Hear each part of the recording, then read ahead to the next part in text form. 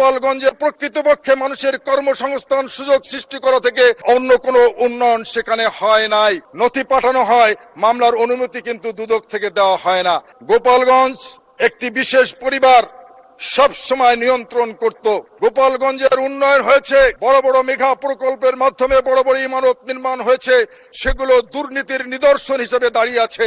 আমার নির্বাচনী এলাকা গোপালগঞ্জ ৩ টুঙ্গিপাড়া কোটালীপাড়ার মানুষের প্রতি আমি কৃতজ্ঞতা জানাচ্ছি। আজকের এই মহান সংসদে দাঁড়িয়ে বলতে চাই, গোপালগঞ্জের উন্নয়ন নিয়ে অনেকে বন্ধু যারা আছেন রাজনীতি করেন বলেন গোপালগঞ্জে গত 17 বছরে অনেক উন্নয়ন হয়েছে।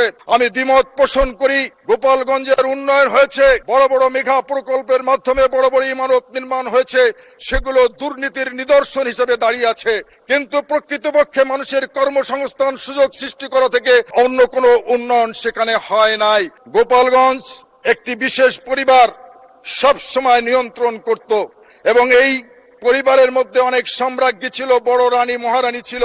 তারা এই গোপালগঞ্জের দুর্নীতির যে অভয়ারণ্যে পরিণত করেছিল।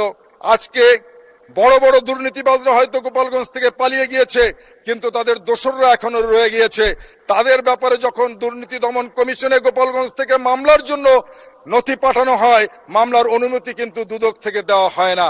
এই মহান সংসদে দাঁড়িয়ে আমি বলতে চাই, প্রকৃতপক্ষে বাংলাদেশে যারা দুর্নীতির সাথে জড়িত তাদেরকে আইনের আওতায় এনে দৃষ্টান্তমূলক শাস্তি দেওয়া যায়। সেজন্য আমি এই মহান সংসদে দাঁড়িয়ে আজকে এই দাবি করছি যে আমাদের সমাজে মাত্র 5% মানুষ সরাসরি রাজনীতির সাথে সম্পৃক্ত, কিন্তু গোপালগঞ্জে প্রায় 20 লক্ষ মানুষ বসবাস করে। এই গোপালগঞ্জের সকল মানুষ কিন্তু ফ্যাসিবাদের দোসর ছিল না। গোপালগঞ্জের সাধারণ মানুষ ফ্যাসিবাদের সাথে ছিল না। কিন্তু আজকে আমরা বিভিন্ন সময় দেখতে পাই আমাদেরকে নানানভাবে বৈষম্যতার মধ্যে রাখা হয়।